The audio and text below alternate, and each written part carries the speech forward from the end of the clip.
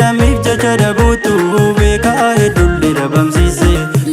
Lammiif jecha dhabuutu kichuu hedduullee dhabamsiise. Gaaman irra choonda'us carraa maaf walii yaaduun ta'e darraa.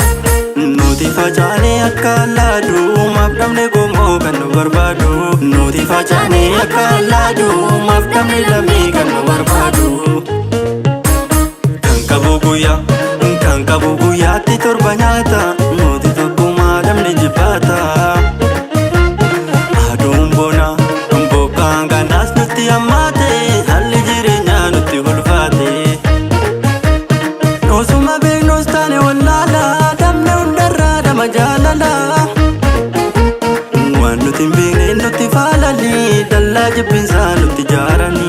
Waan nuti hin beekne nutti faalani dallaa jibbinsaa nutti jaarani. Dallaa jibbinsaa nutti jaarani. Dallaa jibbinsaa nutti jaarani. Dallaa jibbinsaa nutti jaarani. Dallaa jibbinsaa nutti jaarani.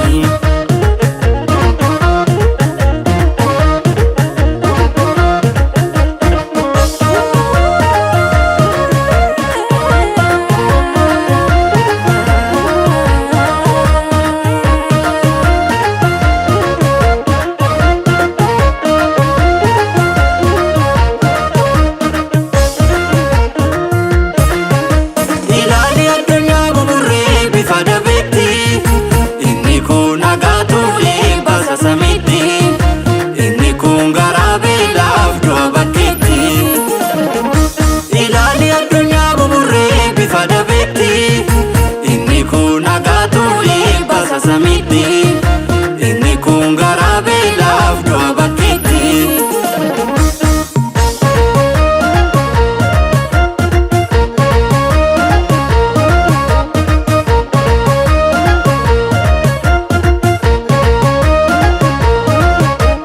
Boruuni keenya yoo jabaanne har'aa yoo yeroonis nu miite. Hunda agarreetti sarara keenye haalota cimoo hedduu dandeenye. Haalota cimoo hedduu dandeenye. Gaaman irra choonda'us carraa maaf walii yaaduun ta'e darraa. Nuti facaanee akka laaduu maaf dhabne gomoo kan nu barbaadu. Nuti facaanee akka laaduu maaf dhabne lammii kan nu barbaadu. Kan qabu guyyaa